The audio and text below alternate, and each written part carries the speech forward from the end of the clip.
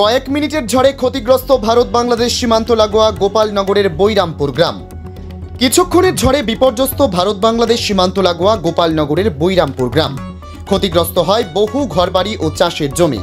রাতে কিছুক্ষণের প্রবল ঝড় বৃষ্টিতে উত্তর 24 পরগনার গোপালনগর বৈরামপুর গ্রাম পঞ্চায়েতের সনেকপুর এলাকায় ব্যাপক ক্ষয়ক্ষতি হয়েছে। মাত্র 30 থেকে 35 মিনিটের ঝড়ে ভেঙে পড়ে বহু বাড়ি, গাছপালা উপড়ে গিয়েছে।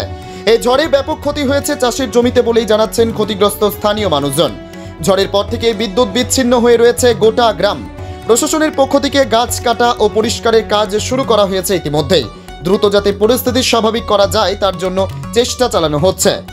গোপালনগর স্টেশন সংলগ্ন এলাকার বাসিন্দা উজ্জ্বল অধিকারীর ঘরের ওপর একটি বিশাল বটগাছ ভেঙে পড়ে।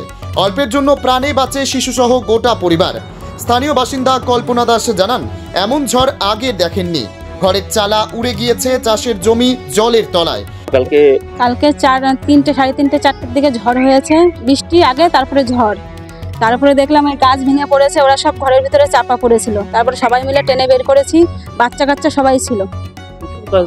হ্যাঁ, প্রচুর গাছ ভেঙেছে, বাড়ি ভেঙেছে। হ্যাঁ, আধা ঘন্টা বৃষ্টি, প্রচুর বৃষ্টি। বাচ্চা কাচ্চা দিয়ে সব ঘরে ছিল।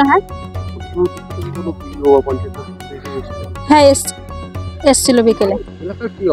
এলাকা প্রচুর, সবারই ক্ষতি হয়েছে, কম বেশি সবার ক্ষতি হয়েছে। বেশি ক্ষতি হয়েছে ওদের, ওই গাছটা ভেঙে পড়েছে। আমরা চাচ্ছি যে এর একটা সংশোধন কি সমেদা।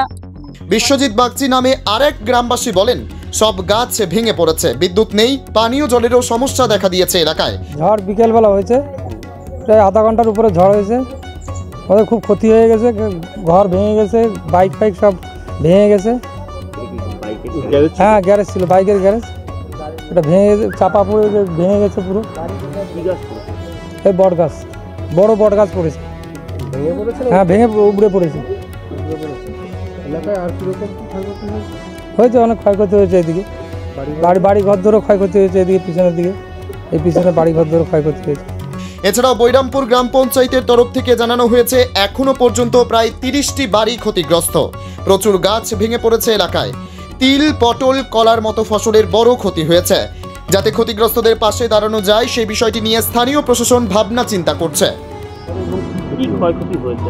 বৈরামপুর গ্রাম পঞ্চায়েতের যতগুলো মৌজা আছে সব মৌজাই ক্ষয়ক্ষতি হয়েছে।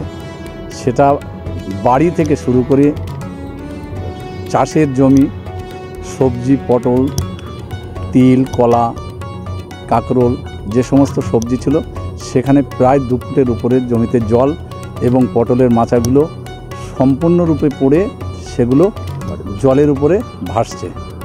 কলা গাছ, যেখানে জমিতে একটা কলা গাছও নেই। আমি এইমাত্র একটা সার্ভে করে আসলাম একটা জমি যেখানে 400 কলা গাছ ছিল, তার মধ্যে একটা কলা গাছও এতে নেই। আমার সনেকপুর স্টেশন পাড়ায় এত জোরে ঝড় হয়েছে গতকালকে বিকালে, সেখানে প্রায় শুধু ওই জায়গায় 30 থেকে 40টা বাড়ি ধূলিসাৎ। সেখানে বড় বড় গাছ বাড়িগুলোর উপরে চাপা পড়েছে। সেখানে অনেক পরিবার, তারা তাদের পরিবার নিয়ে তারা ঘরের ভিতরে ছিল, তারা চাপা পড়েছে। পার্শ্ববর্তী লোক এসে তাদেরকে ঘর থেকে টেনে বার করা হয়েছে। সেখানে সাইকেল, মোটরসাইকেলের গ্যারেজ ছিল, মুদিখানার দোকান ছিল, সেগুলোও কিন্তু ধূলিসাৎ। Bureau report, জজবাত 24 Bangla.